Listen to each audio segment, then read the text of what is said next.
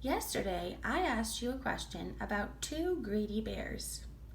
I asked you, what do you think might have happened if the fox had not been there to help the bears? I gave you a sentence frame to use, and most of you did an awesome job using it, either out loud or in writing. Your sentence frame was, I think that the bears would have.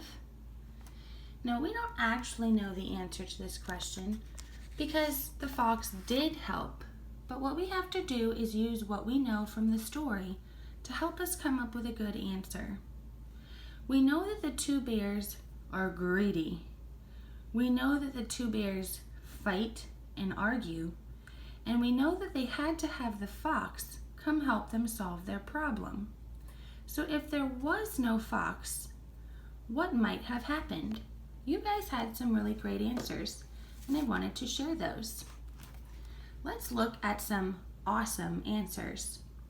Some of you said that they would have kept fighting, that they would have argued, that they would have gone hungry because they couldn't split the cheese, that they would have tried to find something else to eat that maybe they didn't have to share, or they would have cried or been sad since there was nothing for them to eat.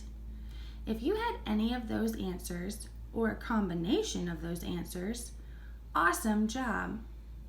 There were two other answers that just didn't quite match our text evidence or what we know from the story. Some of you said that they would have ate the cheese. I'm not sure they would have eaten the cheese because they didn't know how to share it evenly. And then some of you said they would have split the cheese in half. If they knew how to split the cheese in half on their own, they probably wouldn't have been tricked by the fox. So those two answers don't make the most sense. When you have questions like these, make sure that you're using your brain, but also what you know from the story.